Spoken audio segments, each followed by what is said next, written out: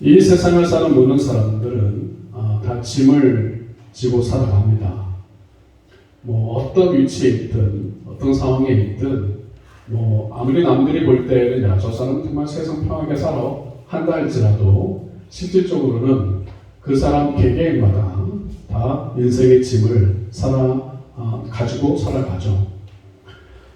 특별히 또 우리가 이 코로나를 보내면서 더 많은 무거운 짐을 지고 살아갑니다. 때로는 인생의 짐을 지고 살아가다가 도저히 그것을 짊어질 수 없어서 극단적인 선택, 생을 마감하는 그런 잘못된 선택을 하는 사람들이 많이 있죠. 우리나라가 참 불명예스럽게도 몇 년째 계속 자살률 1위를 달리고 있습니다. 연 한 14,000 전후 사람들이 자살을 합니다. 뭐 이유가 다양하겠죠. 또 연령대도 다양합니다. 그러나 그만큼 그 인생 가운데 그 짐을 해결할 수 없는, 그래서 도저히 발버둥치다가 그냥 죽는 게 낫겠다 해서 이 생을 마감하는 사람들이 그렇게 많다라는 거예요. 우리가 코로나 때문에 뭐 몇십 명, 몇백 명, 몇천 명만 죽어도 크게 난리가 나지 않습니까? 그런데 정말 우리가 알게 모르게 매년마다 이렇게 10,000명 넘는 이런 사람들이 생을 스스로가 마감하고 있다는 것은 그만큼 이 사회가 정말 다른 때보다는 잘 살아지고 평안해지고 좋다고 하지만 여전히 인생 가운데는 해결하지 못한 그 짐 때문에 너무나 힘들어하고 있고 그것을 해결하지 못해서 결국에는 그러한 삶을 마감하게 된다는 거죠. 제가 그 TV 프로 중에 골목식당을 자주 봅니다. 골목식당을 자주 보는 이유는 뭐 여러분도 아마 보신 분도 계시겠지만 참 어려운 식당을 운영하는데 장사가 안 돼. 누가 뭐 안 되고 싶어서 안 되겠어요. 나름대로 열심히 한다고 하는데 맛이 없고 사람들이 별로 찾아오지 않다 보니까 뭐 이렇게 그냥 장사가 유지되지 않고 접어야 되고 막 이런 상황에 있는 사람들이 신청을 해서 백종원 씨가 솔루션을 해주고 그래서 장사가 잘 되게 해주는 프로입니다. 물론 그 중에 정말 장사가 너무나 잘 돼서 대박이 나는 집도 있고 또 때로는 또 가르칠 대로 잘 하지 않아서 또 다시 모습으로 돌아가는 사람도 있고 또 방송 탔으니까 깜짝 또 잘 되다가 또 잘 안 되는 데도 있고 물론 여러 가지 경우가 있습니다. 그러나 대부분 사람들이 정말 가르쳐 준 대로 그리고 새로운 마음을 가지고 시작하게 되면 대부분 웬만큼은 다 잘 되는 것 같아요. 지난번에 이 40, 50대 가장들이 나왔었어요. 3개의 가게인데 다 40, 50대 가장들이었어요. 저 나이 때 되는 사람들이죠. 어떤 한 사람은 이게 직장생활 하다가 이제 뭐 정리 비슷하게 되면서 퇴직금을 받고 그리고 돈을 더 대출해서 가게를 오픈한 거예요. 그것이 작년 초였어요.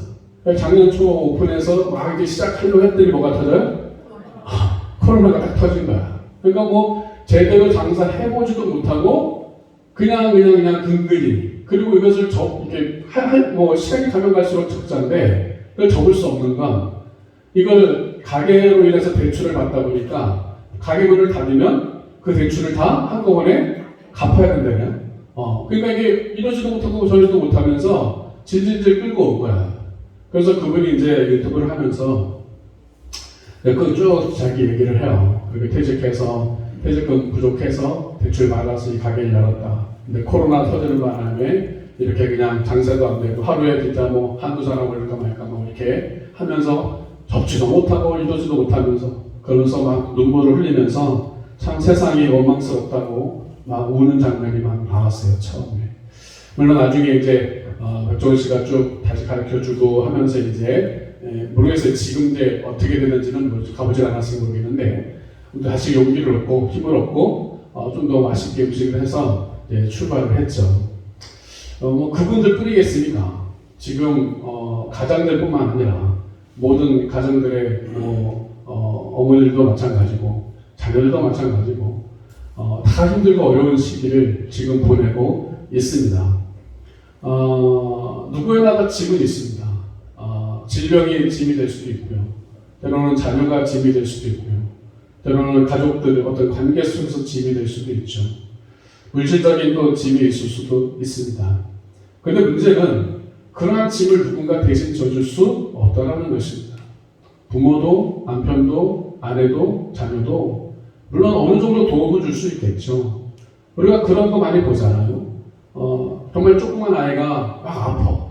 정말 불치병 같은 병에 걸려가지고 몇 년째 병원에 있으면서 간호하는 엄마들 그런 모습 한 번씩 나오잖아요. 우리 단일 기도할 때 보면 사랑 연금할 때 그런 모습 많이 나오는데 다 부모들이 한결같이 하는 말이 뭡니까? 얘 대신 내가 아프면 좋겠다라는 거야.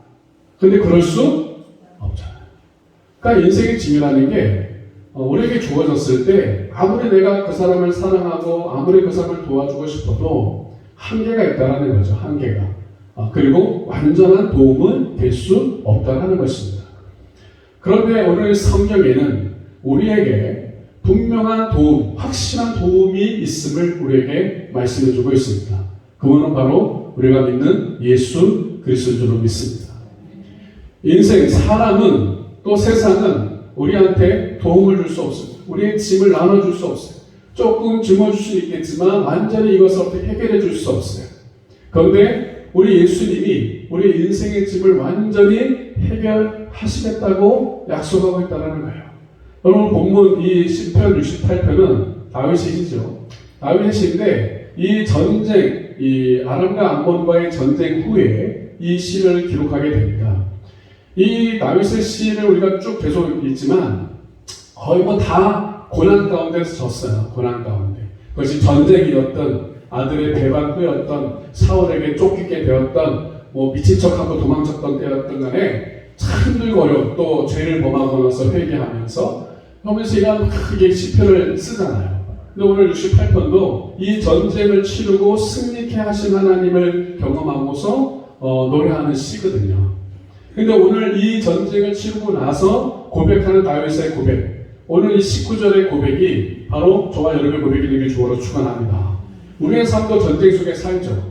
총칼을 들진 않았지만 우리 다 전쟁 속에 삽니다. 그렇기 때문에 우리가 이 전쟁에서 승리할 수 있는 비결은 이 다윗이 경험했던 똑같이 우리 예수 그리스도를 의지할 때 승리하게 될 줄로 믿습니다. 오늘 본문을 다시 한번 읽읍시다. 시작. 날마다 우리의 짐을 지시는 주 곧 우리의 구원이신 하나님을 찬송할지로다. 네.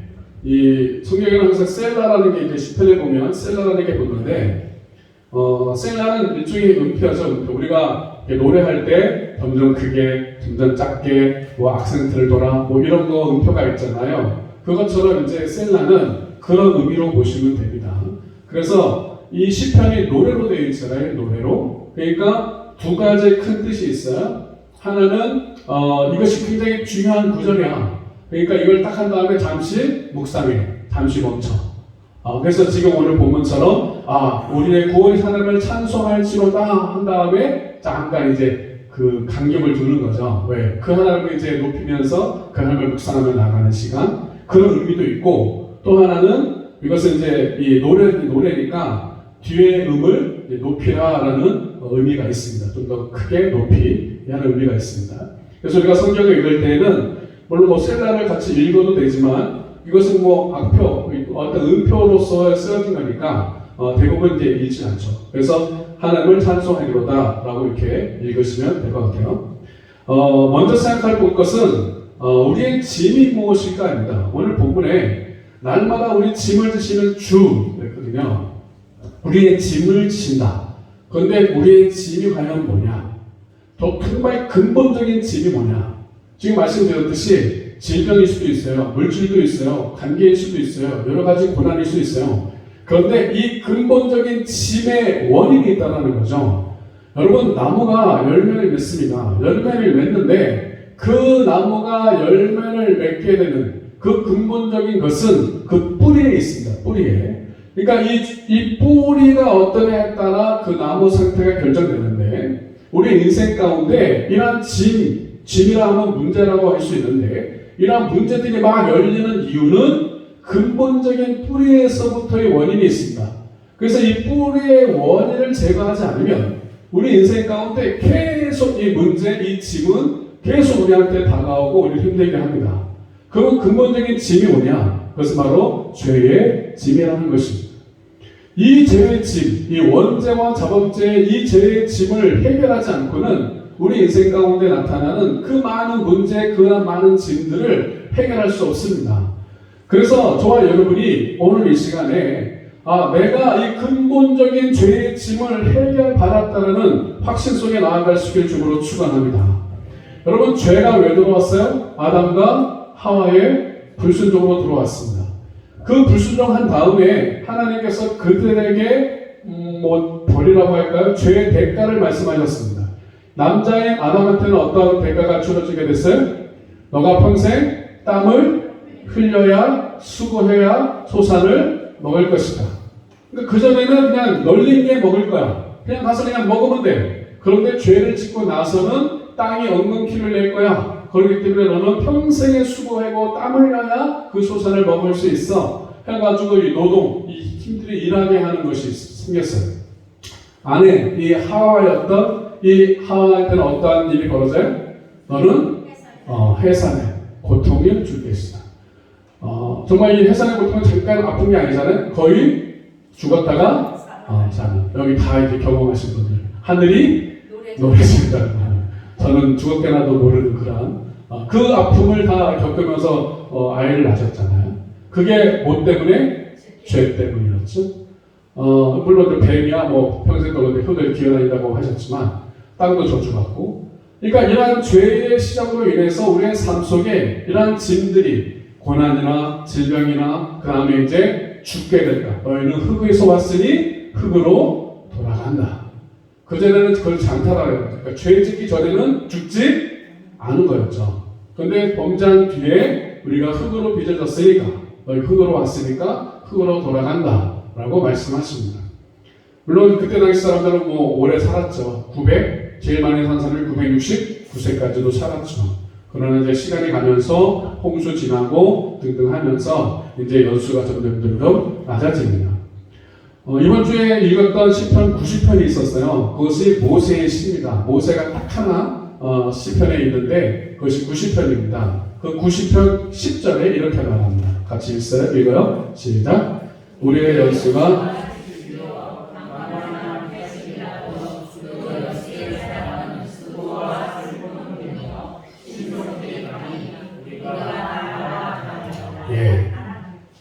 모세가 썼습니다. 물론 모세가 몇 살 살았어요? 120세. 120세에 죽었습니다. 물론 모세는 더 많이 살았죠. 그런데 다윗만 해도 다윗가 몇 살에 죽습니까? 30세 왕이 돼서 40년 통치했으니까 70에 죽었습니다. 그러니까 그때 당시에는 의학도 발달하지 않았고 이렇기 때문에 일찍 죽었죠. 일찍 죽었습니다. 우리나라도 마찬가지 아닙니까? 전에는 굉장히 일찍 죽었죠. 그래서 무슨 잔치를 한 거예요? 환갑잔치 한 거 아닙니까? 왜? 60살 살면 대단히 잘 산 거야. 건강히 잘 산 거야. 그래서 축하하면서 환갑잔치 한 거 아닙니까? 그런데 지금은 환갑이면 애입니다. 저는 응양이하고 여기서 환갑이라고 명함을 빌었다가는 이제 끝장나는데 그만큼 이제 연수가 늘어났어요. 그러나 우리가 100세 시대라고 말을 하지만 우리 인생은 언젠가 끝나죠. 그리고 그것이 70이든 80이든 100이든 간에 오늘 이 모세의 시편 10절에 있는 것처럼 그 연수의 자랑은 수고와 슬픔뿐이요 신속히가니 우리가 어떻게 한다? 날아간다 라고 말합니다. 이게 근본적인 죄를 해결하지 않고 살아가면 그 인생은 수고와 슬픔뿐이라는 거죠. 고통뿐이라는 것입니다. 그래서 우리가 장례식 같은 데 가면 고인한테 임종 때나 이런 데 우리 예수 믿는 사람은 그렇게 않지만 세상 사람들은 이제 그동안 사시면서 참 수고하셨다고 무거운 짐을 많이 지셨다고 이제 짐 다 내려놓고 편안히 가시라고 이런 얘기 많이 하죠. 그 사람이 회장이 됐던 아니면 그냥 일반적이든 뭐 돈이 많든 적든 간에, 배움이 많든 적든 간에, 나이가 많든 적든 간에 그 인생의 삶은 오늘 이 성경에 있는 것처럼 참 수고와 슬픔뿐이요 신속히 간다. 그래서 빠르게 지나가는 우리 인생을 살아가게 됩니다. 그 인생의 짐을 우리가 이것을 해결해야 되는데 오늘 성경에서는 그 우리의 인생의 짐을 지시는 분이 누구라고 말씀합니까? 우리 주 하나님, 예수님이 우리의 짐을 대신 진다고 말씀하십니다. 우리의 근본적인 죄의 짐을 해결하기 위해서 하나님께서 구원의 계획을 세우셨고 그리고 예수스를 보내주셨고 그 예수스를 믿는 자마다 그 죄의 짐에서 벗어나게 하셨다는 것입니다. 그래서 예수님이 십자가에 달려 죽으심으로 저와 여러분은 그 죄와 사망의 권세에서 노임받게 된 줄로 믿습니다. 어르신들이 못된 어떤 죄를 지은 사람한테 뭐 예수를 믿지 않던 이런 사람 믿지 않던 간에 하는 말이 있습니다. 그것은 이 천벌받은 놈 이런 얘기합니다. 지금은 잘 안 하시는지 모르겠는데 이 천벌받은 놈 이게 무슨 뜻이에요? 천벌? 한자로는 하늘천에 벌할 벌지 않대. 그러니까 하늘에 벌이 임할 거다. 그러니까 예수 안 믿어도 과거부터 우리 인간의 마음 가운데는 하나님을 향한 왜? 우리가 피조물이기 때문에 은연중에 하나님을 향한 마음, 신에 대한 마음이 있는 거죠. 그래서 천벌, 너 못된 짓 하면 천벌받아. 저 인간 천벌받을 거야 할 때에 그 하늘의 벌, 그 하늘의 벌은 누가 내려? 하나님이 내리시는 거죠. 그 천벌받을 인생, 그래서 지옥불로 들어갈 인생, 그것이 바로 저와 여러분 아니었습니까? 저와 여러분이 그 천벌받을 인생으로 지옥불에 들어가야 되는데 우리 하나님께서 저와 여러분을 구원하시기 위해서 예수 그리스도를 보내주셨다는 거죠. 자, 이사야 53장 6절입니다. 자, 다 같이 시작. 우리는 다 양 같아서 그릇 행하여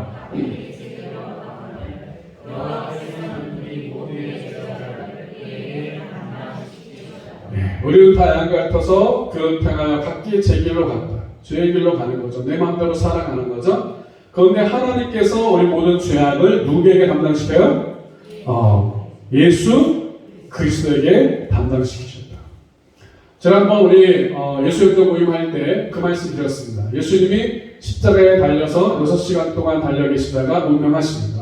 근데 마지막 운명하실 때 하셨던 말씀이 있습니다. 그게 뭐예요? 다 이루었다. 다 이루었다. 그 다 이루었다라는 단어가 굉장히 중요한데요. 자, 앞에 나와 있죠? 그것을 헬라어로 뭐라고 하냐면 테텔레스타이. 같이 봐요. 시작. 테텔레스타이. 그것이 다 이루었다. 근데 이 테텔레스타이 단어는 상업적인 용어입니다. 상업적인 용어. 그 당시에 이 상업사는 사람들이 다 쓰는 용어입니다. 테텔레스타이가. 그 뜻이 뭐냐면 다 갚았다.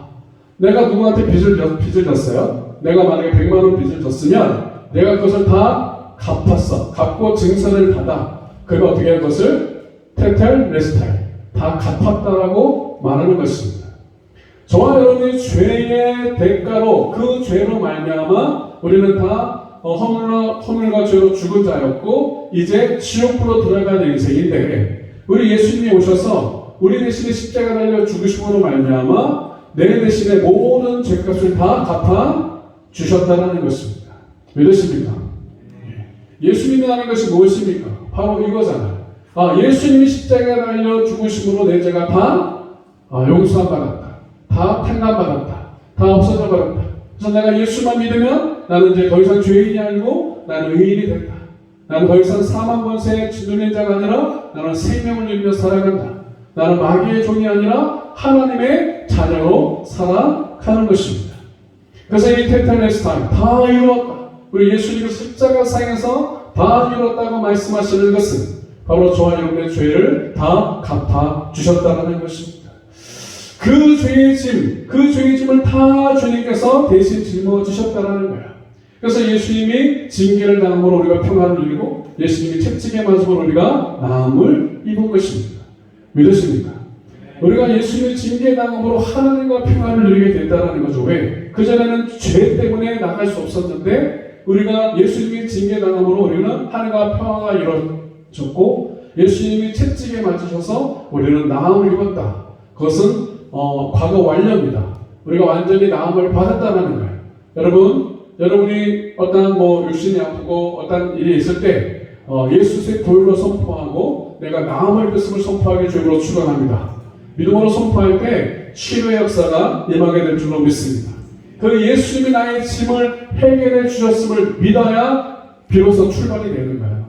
이게 내가 예수 그리스도의 그 피로 말미암아 제사함 받고 내 죄가 다 탕감됐다는 것을 믿어야 그때부터 신앙생활은 시작되어지는 거고 이 짐을 벗어버리는 삶이 시작되어지는 것입니다.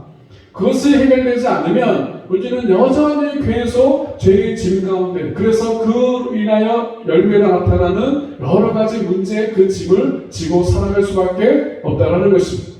여러분, 예수님이 여러분의 모든 죄를 해결해 주셨습니다. 다 이루신 줄로 믿습니다. 다 갚아준 줄로 믿습니다. 그래서 내가 더 이상 내 죄 때문에 내가 치러야 될 어떤 대가는 더 이상 없습니다.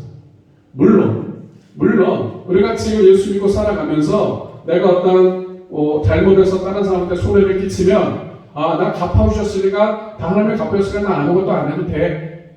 이러면 돼야 돼요? 이걸 말하는 게 아니잖아. 잘 이해하셔야 돼요. 또 이거 하나님이 다 갚아주셨으니까 자기 치고 돌아다녀도 다 갚아주신 거야? 이러면 곤란해. 만약에 내가 이거 하나 도둑질 해가지고 잘못을 저질렀으면 하나님 앞에 회개하고 도둑질하고 어떻게 해요? 갚아야지.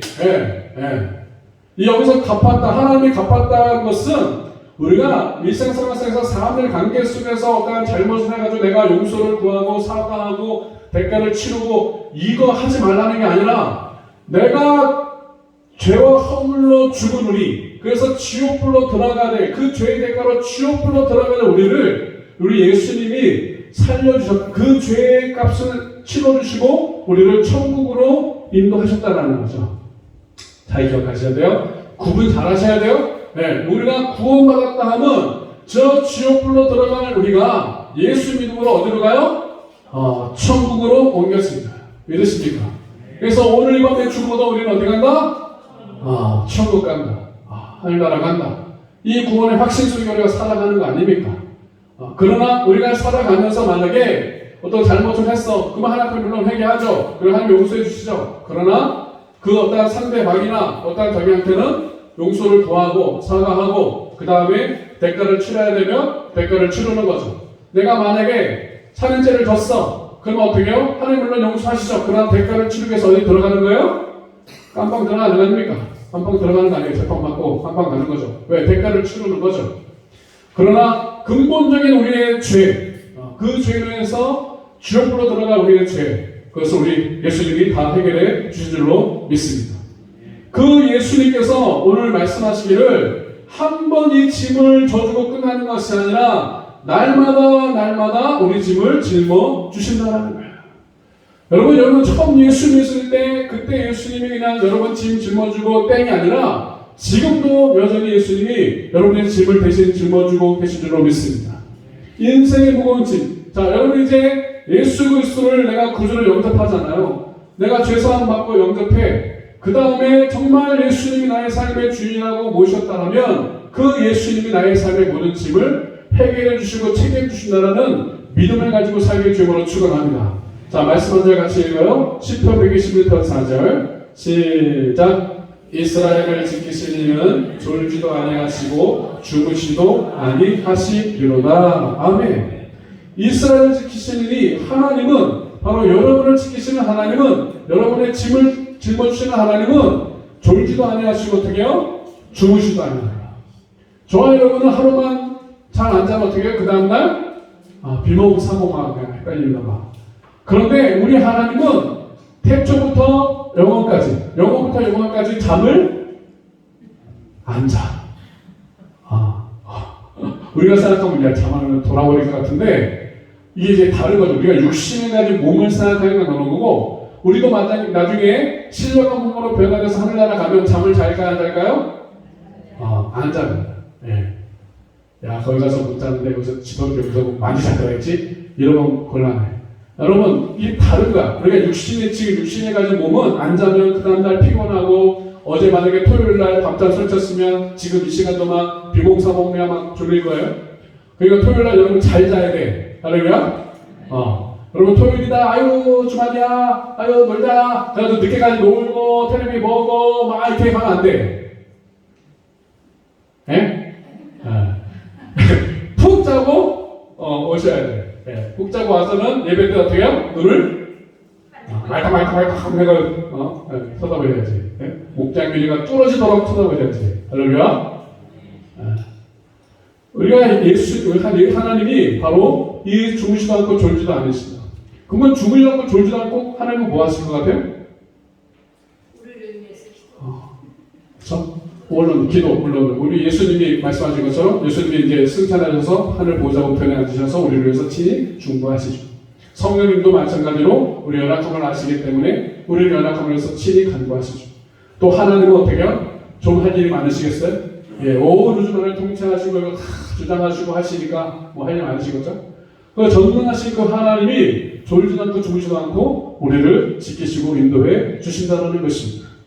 여러분 사람이 나를 아무리 도와준다 하더라도 또 내가 누군가를 도와준다 하더라도 그것은 한계가 있고 왜? 그것은 우리의 연약함 때문에 그렇습니다. 내 육체적인 힘의 연약함도 있고요. 또 어떤 물질적인 연약함도 있고요. 건강의 연약함도 있고요. 여러 가지 내 감정의 연약함도 있잖아요. 내가 아무리 누군가를 도와주고 해도 그 마냥 그 감정이 맨날 그런 게 아니잖아요. 또 도와주고 싶어도 또 돈이 없을 수도 있고 도와주고 싶지만 내 힘이 안 될 수도 있고 능력이 안 될 수도 있고 그냥 마음은 원이지만 또 안 될 때가 참 많잖아요. 그런데 우리 하나님은 그렇지 않다라는 거죠. 저와 여러분은 정말 그런 말 하죠. 이 세상에서 제일 무거운 것이 눈꺼풀이라고 얘기하잖아요. 그래서 정말 자면 안 되는데 운전할 때 그렇잖아요. 운전할 때 자면 돼 안 돼? 안 되잖아요. 큰일 나잖아요. 그런데 정말 운전할 때 잠이 쏟아지기 시작하면 이 눈꺼풀이 엄청나게 무겁잖아요. 그냥 깜빡깜빡하지 않습니까? 여러분 우리의 인생은 참 열악해요. 그래서 우리 같이 지체로서 이렇게 생각하지만 저도 여러분의 또 담임 목사로 사역하고 있고 또 여러분 서로서 교우로서 몇십 년을 같이 신앙생활에 오고 있지만 때로는 참 저 사람 뭔가 도와줘야 되고 뭔가 좀 저기 해줘야 되는데 여의치 않을 때가 참 많다는 거예요. 예. 상황과 형편이 이렇게 되어지지 않아. 그리고 또 한두 번 이렇게 해서 이렇게 도와주고 짐을 나눠주고 하지만 이것이 또 계속 되어지지 않을 때가 참 많고.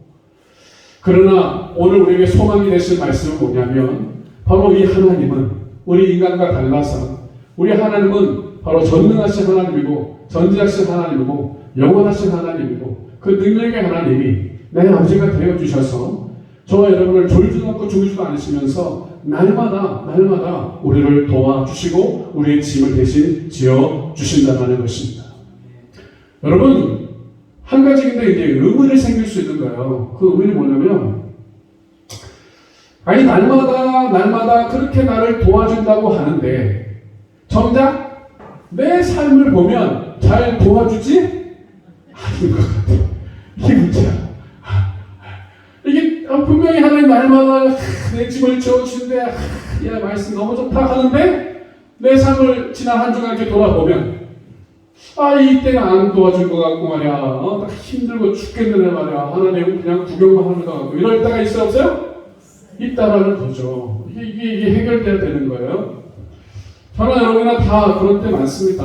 정말 분명히 하나님은 살아계시고 나를 정말 눈동자처럼 지켜주시고 정말 나를 위해서 독생자 예수까지 보내줄 정도로 사랑하시는 그분이고 오늘 본문 말씀처럼 정말 날마다 짐을 지어준다고 하시는데 난 여전히 무거운 짐을 주고 나홀로 그냥 쓰러질 때 막 이렇게 되는 왜 이렇게 나를 냅두나 이럴 때가 있죠. 자 오늘 이 인생의 무거운 짐을 해결하는 방법 여러분 분명하게 알고 가길 주님으로 축원합니다. 첫 번째 같이 읽어요. 시작. 하나님께 맡겨야 한다. 자 굉장히 중요한 부분인데요. 우리가 이제 맡겨야 되는데 이분 맡겼다고 해. 맡겼다고 하지만 실제로 저를 안 맡기는 때가 굉장히 많아요. 자 성경 몇 구절을 쫙 한번 봅시다. 계속 반복되어지는 말씀인데요. 자 잠언 16장 3절부터 시작. 너의 행사를 여호와께 맡기라. 시편 37 시작. 내 길을 여호와께 그를 의지하면 그가 이루시고 내 일을 빛같이 나타내시며 내 공의를 종류와 빛같이 하시며. 베드로전서 5장 7절 시작. 너희 염려를 다 주께 맡겨 이는 그가 너희를 이루시고. 로마서 12장 19절 시작. 내 사랑하는 자들아 너희가 친히 원수를 갖지 말고 하나님의 진노하시는 날 기록되었으되 원수가 하는 것이 내게 있으니 내가 갚아라고 주께서 말씀하시니라. 10편 55 시작. 내 집을 여호와께 맡기라 그가 너를 붙드시고 의에 유동함을 영원히 허락하지 아니하시리로다. 자, 몇 구절을 읽었습니다. 맡기라 하면서 그 앞에 단어들이 약간씩 달랐는데 3번 16장 3절은 행사를 맡겨라. 10편 37편 5, 6은 내 길을 맡겨라. 베드로전서 너희 염려를 맡겨라. 로마서 12장은 원수까지도 맡겨라. 자, 10편 55는 내 짐을 맡겨라 말씀하십니다. 이 마지막 이 10편 55편 22절을 세 번역에 이렇게 표현하고 있습니다. 같이 읽어요. 시작. 너희의 짐을 주님께 맡겨라. 주님이 너희를 붙들어 주실 것이니 주님은 의로운 사람이 망하고 영영 그대로 버려두지 않으실 것이다. 할렐루야. 뭐라고 그래요? 의로운 사람, 바로 예수 믿는 저와 여러분이에요. 하나님을 의지하는 사람이에요. 그들이 망하도록 영영 버려둔다 않는다? 믿으십니까? 하나님께서 행사를 맡겨라, 길을 맡겨라, 염려를 맡겨라, 너희 모든 짐을 맡겨라, 원수까지도, 원수 갚는 것까지도 내가 해줄 테니까 그것도 맡겨라, 다 말씀하셨어요. 자, 여러분 이제 짐이 나름대로 있을 겁니다. 여러분 개개인의 짐이 다 있을 거예요. 그 짐을 가지고 이제 어떻게 해야 돼요? 하나님 앞에 맡겨야 돼. 근데 이게 맡긴다는 게 뭐냐? 이 맡긴다는 게 뭐냐면, 맡긴다는 단어의 원어의 뜻은 이렇게 높은 산에 올라가서, 돌멩이면 높은 산에 올라가서 돌멩이를 어떻게 그냥 이렇게 놓는 거야. 그럼 어떻게 돼요? 지가 그냥 알아서 뚜글뚜글 굴러 어디가 가겠죠. 여러분, 맡긴다라는 표현이 언어가 그렇습니다.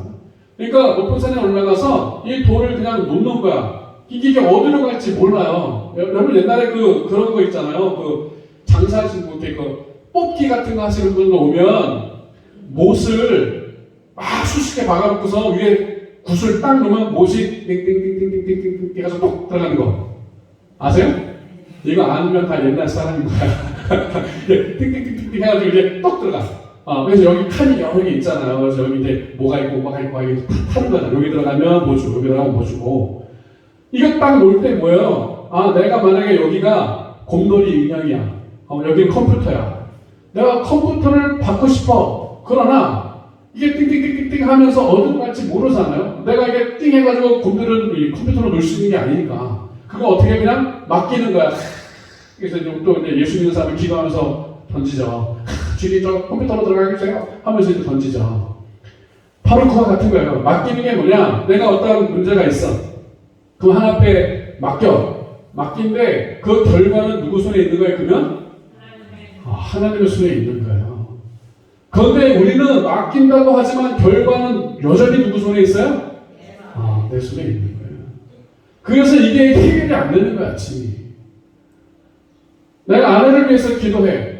아내를 위해서 기도할 때 맡긴다 표현할 때 아내의 어떤 이러한 모습 때문에 기도한다고 칩시다.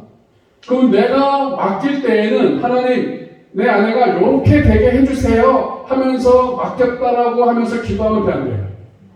안 되는 겁니다. 그냥 하나님 앞에 어떻게 그 자체를 올려드리는 거예요. 하나님의 원하시는 모습. 지난주 말씀드렸죠. 제가 이천 가서 도자기 만든 거 말씀드렸잖아요. 여러분 이 도자기 진흙은 어떻게 토기장의 그 손길 따라 그냥 자유자재로 그릇은 바뀌는 것입니다. 모양이. 마찬가지예요. 우리 인생에 여러 가지 일들이 있죠. 당면한 문제들이 있습니다. 그 짐이 있어요? 그 짐이 있는데 자식도 마찬가지예요. 자식 문제, 내 자식은 이렇게 돼서 이렇게 해서 이렇게 해서 가기를 내가 원하고 있어. 그 원하는 짝 마음과 함께 하나 앞에 맡긴다고 표현하지만 어떻게 해요? 궁극적인 것은 이렇게 해서 요런 학교 가가지고 요런 직장 가가지고 이렇게 해가지고 이렇게 요거를 내가 그냥 딱 갖고 있다면 그게 맡긴 거예요? 아니죠.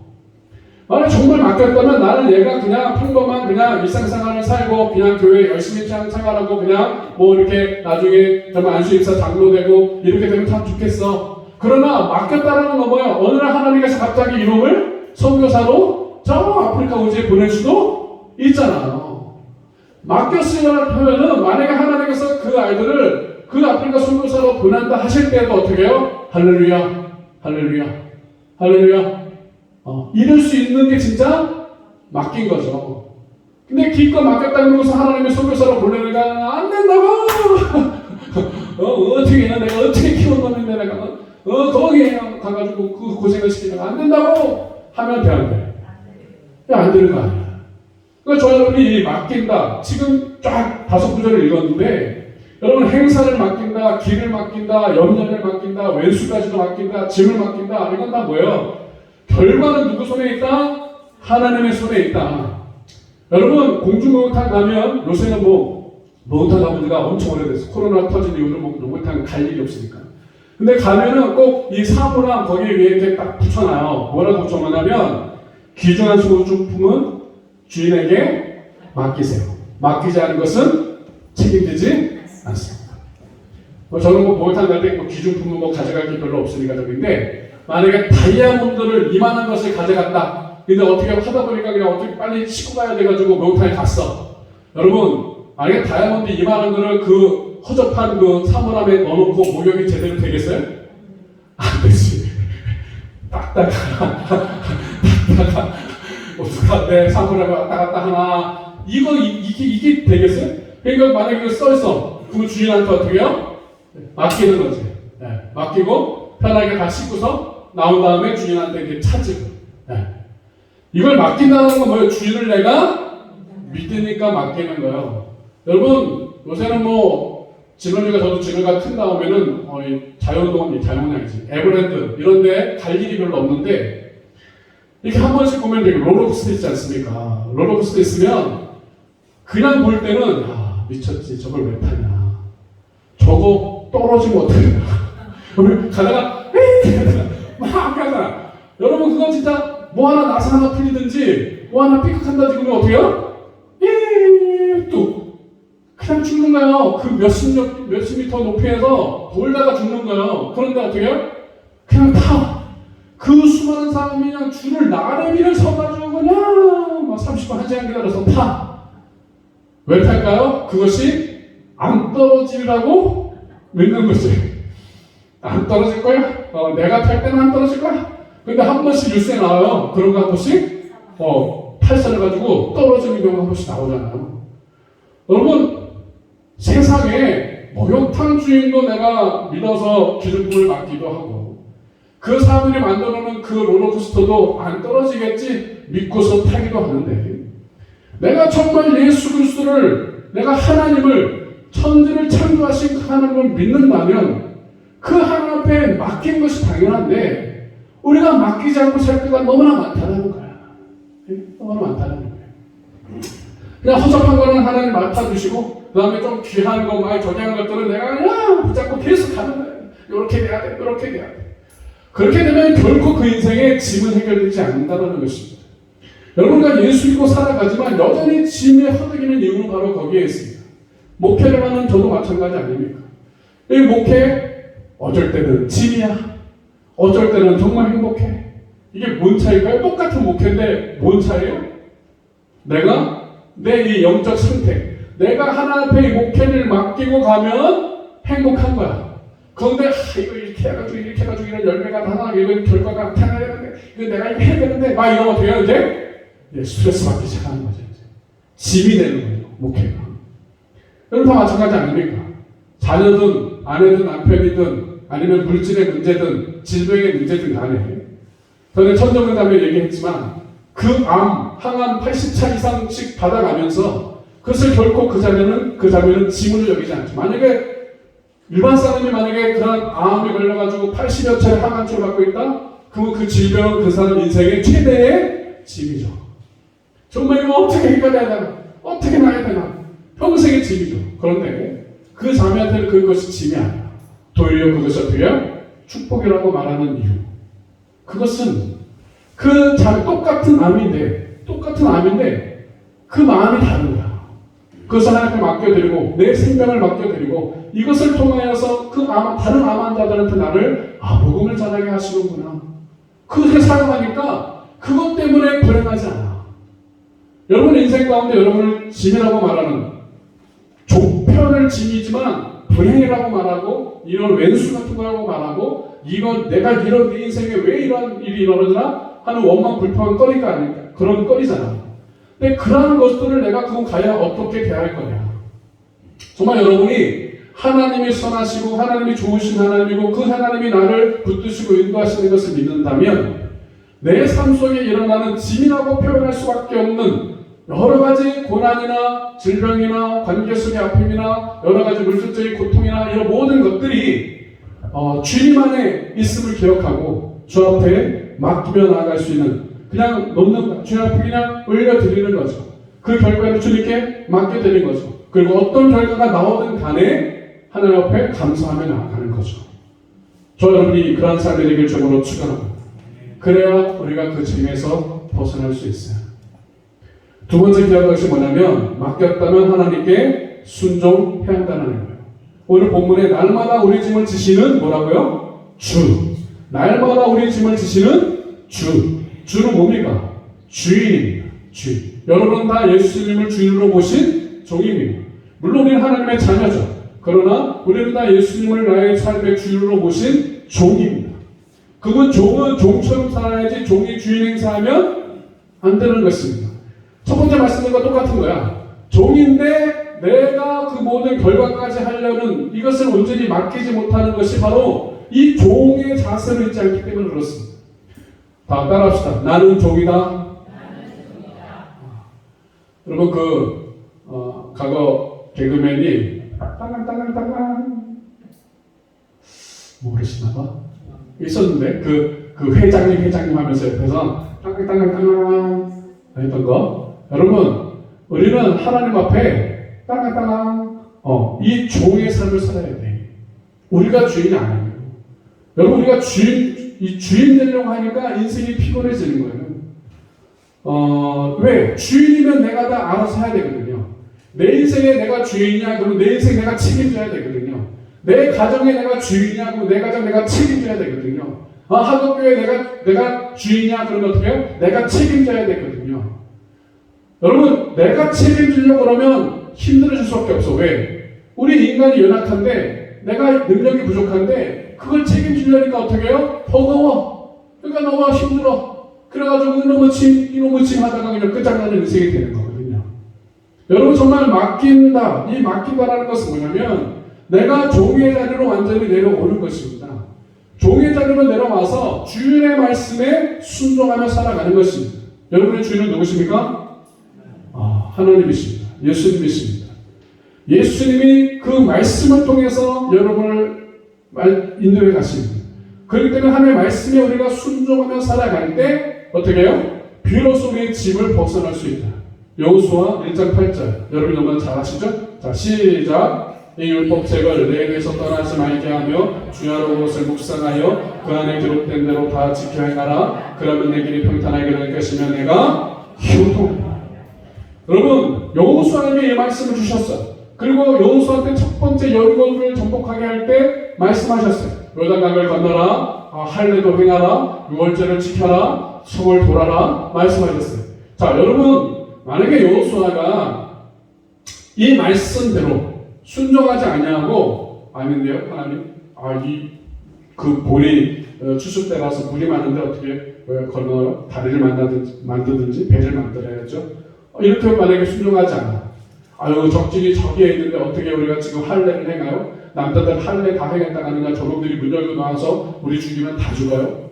무슨 6월절이에요? 지금 예배드리게 생겼어요? 지금 전쟁 앞두고 있는데 무슨 6월절을 지켜요? 무슨 성을 돌아요? 지금 전략을 짜가지고 그냥 칼을 만들고 총을 만들고 활을 만들고 해가지고 전쟁 준비를 하고 칼싸움 시키고 막 이래야지 무슨 성을 돌아요? 만약에 그렇게 생각하면서 순종하지 않았다면 여리고 어떻게 해요? 승리할 수 없는 거죠. 여러분이 너무나 이 사실을 너무나 잘 알잖아요. 그런데 저와 여러분 똑같아요. 우리의 삶 속에 하나님께서 말씀하시고, 하나님 내가 집을 맡겨요, 내 자녀를 이렇게 맡겨요, 하나님 인도해 주세요 하면 하나님이 이제 맡겼으니까 뭐 하시겠어요? 나한테 말씀하시겠죠. 말씀하시면 어떻게요? 그 말씀대로 그 자녀를 양육해 가는 것입니다. 질병이 있어, 질병을 맡겨요. 그러면 하나님께서 또 말씀을 통해서 나한테 어떻게 하라고 하시겠죠. 내 삶 속에 많은 갈등과 그런 결정 상황이 있을 때 하나님 앞에 맡겨. 그건 또 하나님께서 어떻게 해요? 뭐 말씀해 주시겠죠. 그러니까 우리가 말씀을 매일 읽는 이유는 말씀도 하나도 안 읽으면서 하나님 말씀해 주세요 이러고 있으면 된다 안 된다? 안 되는 것입니다. 그건 이제 신령하게 빠지는 거야. 이상해지는 거고, 말씀이 있는 가운데 그래서 말씀을 내가 먹고 계속 먹고 내 마음을 새기고 하면서 어느 때에 어느 순간에 그 말씀을 통해 나로 하여금 하나님께서 깨닫게 하시는 거죠. 여러분, 하나님의 뜻을 분명하게 성경은 말하고 있습니다. 데살로니가전서 5장 16, 18절 같이 읽어요. 시작. 항상 기뻐하라, 쉬지 말고 기도하라, 범사에 감사하라, 이것이 그리스도 예수 안에서 너희를 향하신 하나님의 뜻입니다. 항상 기뻐하라. 근데 이 기뻐한다는 것은 무엇으로 기뻐하냐면 우리는 구원의 기쁨이거든요. 우리가 날마다 그 구원으로 인하여 기뻐하는 것입니다.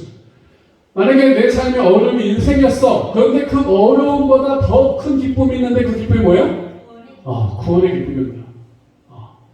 이게 해결되지 않으면 우리 항상 기뻐할 수 없습니다.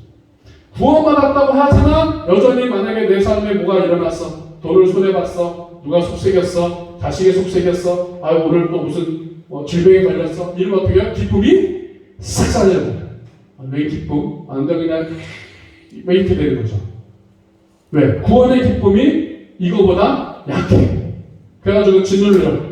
그래가지고 이 세상의 짐에 구원의 기쁨이 짓눌려서 그 기쁨을 누리지 못하고 살아가는 거예요. 여러분, 그런데 저와 여러분이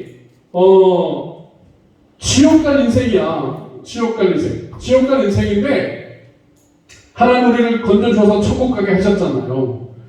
육신이 벗으면 이제 우리는 천국 가는데, 비록 이 육신을 가지고 살아가는 동안에 물질의 고통을 당할 수 있어. 물질의 그 짐이 있을 수 있어. 그런데 내가 그것 때문에 지옥 가는 것을 해결해 주신 그 하나님, 그 천국에 대한 기쁨과 소망을 잃어버리지 않는 사람이 돼야 진정한 구원의 기쁨으로 살아갈 수 있다는 거죠. 여러분, 여러분의 삶 속에 이번 한 주가 시작하면서 좀 안 좋은 일이 있을 수 있겠죠. 좀 짐이라고 생각하는 일들이 일어날 수 있겠죠. 그러나 그때마다 기억하셔야 돼요. 나에게 주신 그 하나님의 구원의 기쁨, 그 기쁨이 내 안에 항상 충만하도록 여러분의 마음을 다스릴 수 있길 주로 축원합니다. 그 어떤 것도 견딜 수 없는 것입니다. 여러분, 그런 얘기 합니다. 예수 믿고 힘들고 사는데 그냥 죽기 전에 예수 믿고 죽으면 편하겠다. 이런 말을 하죠. 세상 사람들도 미리부터 할 필요 있어? 그냥 죽기 전에 예수 믿으면 어차피 천국 가는 건데 이럴 수도 있잖아요. 아니면 오랜 신앙생활 하다 보면 내가 그냥 오랜 신앙생활하고 교회 생활하다 보니까 그냥 이래저래 신경 쓰이고 그냥 이래저래 시험거리도 있고 힘들어 그냥 나도 그냥 나중에 그냥 죽기 전에 딱 예수 믿고 그냥 천국 가면 딱 속 편했는데 그냥 너무 일찍 믿어가지고 그냥 힘들다고 이럴 수도 있잖아요. 그런데 이게 적절한 비유인지 잘 모르겠는데요. 통닭을 제일 내가 좋아하는 음식이 통닭이라고 칩시다. 그런데 여러분이 그 칠 마시는 그 통닭을 생전 못 먹어보다가 죽기 전에 숨이 꼴딱꼴딱 5분 전에 아들내미가 통닭을 사왔어. 어머니 이거라도 먹고 가세요. 이거 너무 맛있는 거예요. 가지고 마지막 힘을 짜내서 통닭을 하나 딱 먹었더니 너무 맛있어. 이제 너무 억울해.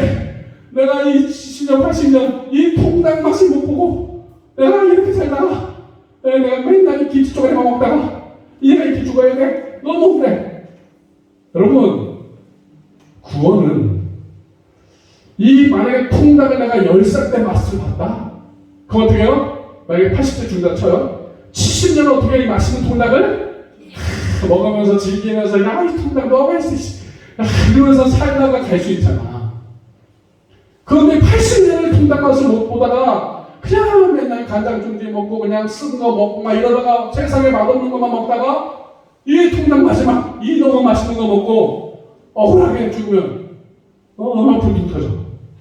네? 여러분 천국은 여러분 그냥 죽기 전에 예수 믿어서 천국 가는 것도 물론 뭐 그나마 다행이긴 하죠. 천국 갔으니까. 그런데 미리 예수님을 만나서 믿음 생활하고 미리 천국을 맛보고 산다는 것은 비교할 수 없는 거예요. 비교할 수 없는 거예요. 근데 문제는 뭐냐면 이것을 맛을 못 보고 사니까 이게 교회 생활은 지겹고 힘들고 뭐 별다른 거 없는 것 같고 이런 거야. 여러분 우리가 예수 믿는 순간 우리 안에 하나님의 나라가 임하는 줄로 믿습니다. 여러분 매일같이 기도하셔야 돼요. 하나님 오늘도 하나님의 나라를 누리게 해주세요. 하나님의 나라는 뭡니까? 의와 평강과 희락이라고 말씀하십니다.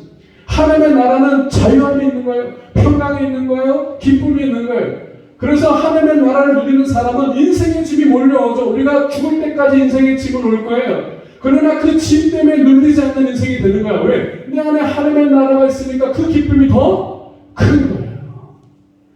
이것이 정립되지 않으면 우리는 매일 다가오는 그 짐 때문에 눌려서 사는 거야. 우리 예수님이 주신 자유함을 누리는 저와 여러분에게 죄바로 축원합니다. 그 평강을 누리는 여러분에게 죄바로 축원합니다.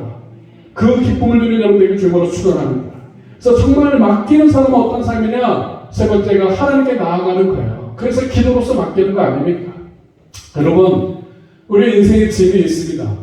그 짐 하나님께서 맡아주신다고 분명히 말씀하십니다. 우리의 근본적인 짐도 우리 예수님이 해결해 주셨고요. 그 근본적인 짐을 해결하신 예수님이 나머지 짐도 다 나에게 맡기라 말씀하십니다. 여러분 맡긴다는 것은 내가 결과를 내 손에 두지 않고 온전히 그냥 주님께 맡기는 그야말로 맡기는 거야. 결과까지도. 그리고 그 맡긴다는 것은 내가 말씀에 순종하며 사는 삶이요. 그리고 그 맡긴다는 것은 하나 앞에 기도로서 맡기는 거예요. 그래서 여러분이 잘 아시는 빌립보서 4장 6절 7절에 말하는 겁니다. 시작. 아무것도 염려하지 말고 다만 모든 일에 기도와 간구로 너희 구할 것을 감사하며 하나님께 하라. 그러면 모든 죄가 뛰어난 하나님의 평강이 그래서 예수 안에서 내 마음과 생각을 지키시리라. 염려하지 말고 뭐라고 그래요? 기도로 간구로 맡기라. 하나님께 맡기라는 거예요. 오늘 짐이 생겼어요? 염려가 생겼어요? 문제가 생겼어요? 맡기라는 거예요. 기도하라는 거예요. 감사함으로. 왜 감사함으로 해요? 하나님께서 그 모든 것을 챙겨주실 것을 믿기 때문에.